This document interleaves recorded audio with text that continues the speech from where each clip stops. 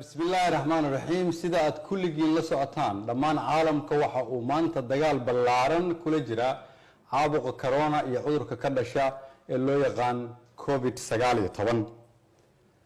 حالة دتك وكل عالم كوحدة أنت عن إذا الله لا يكرد يوحي كرد عفين سديد بقولي سديد تاني أفركم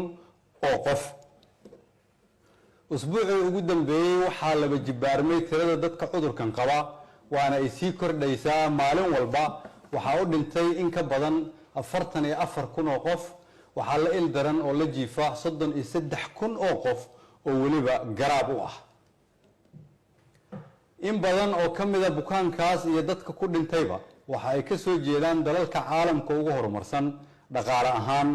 أقوان أهان تكنولوجيا أهان يأديجيد بالشدة وعافماتكو وجهر رأيو in badan oo dalalkaasi ah waa yareysteen xajmiga cudurka iyo degdegsiyaha uu ku fidi karo dalalkaasi waxay ku yaalaan qaarado kala duwan waxay leeyihiin cimilo kala duwan waxay haystaan caqiido ama diimo kala duwan waxay leeyihiin dhaqamo kala duwan sidaas oo tahay viruska corona iyo cudurka ka dhashay ee covid-19 ma kala soocin dadweynahaas dalalkaas iyo qaaradahaas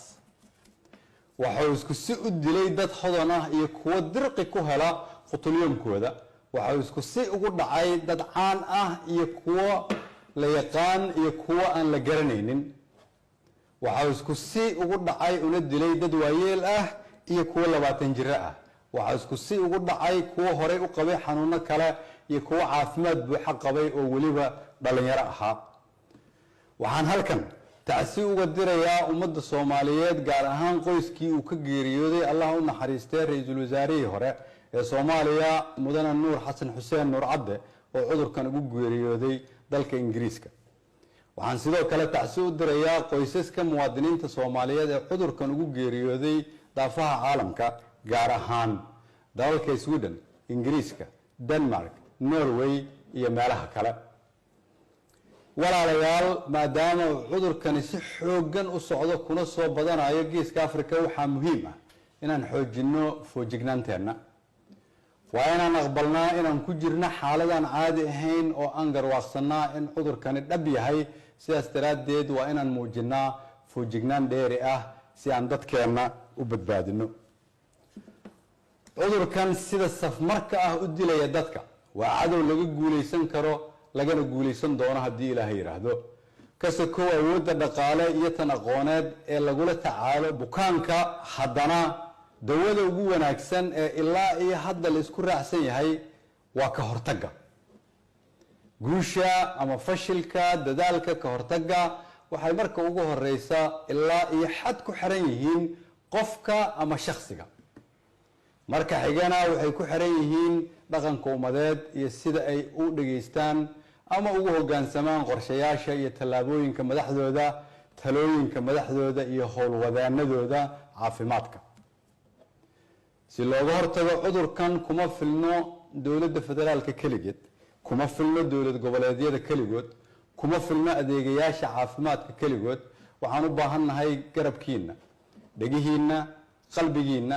xoogiina iyo waatan ugu muhiimsan dareenkiina oo buuxa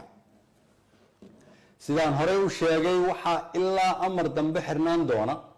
duulimaadyada dibadda iyo gudaha si looga hortago cudurkan waxa ilaa amar dambe si xirnaan doona iskuulada dugsiyada quraanka iyo jaamacadaha waxa kale oo lagama maarmaan ah in la joojiyo dhammaan xafladaha iyo isku imaatinka sababtoo ah cudurkan waxa lagu kala qaadaa isu dhawaashaha iyo istaabashada waxaa muhiim ah in qofkii awooda uu gurigiisa joogo lagu cibaadeysto guryaha qof walibana u duceeyo dalkiisa iyo dadkiisa walaalayaal aan si wada jir ah uga shaqeyno badbaadinta ummadeena iyo jabinta cudurkan safmarka ah awoodda dawladnimo oo dhan ayaan u isticmaali doonaa si aan ummadeena uga badbaadino saameynta cudurkan waa inaan sameynaa diyaar garowga ugu badan iyo ka hortagga ugu mudan isgaarsiinta dalka waxaan ka codsanayaa inay waqtiga ugu badan siiyaan wacyigelinta si looga hortago cudurkan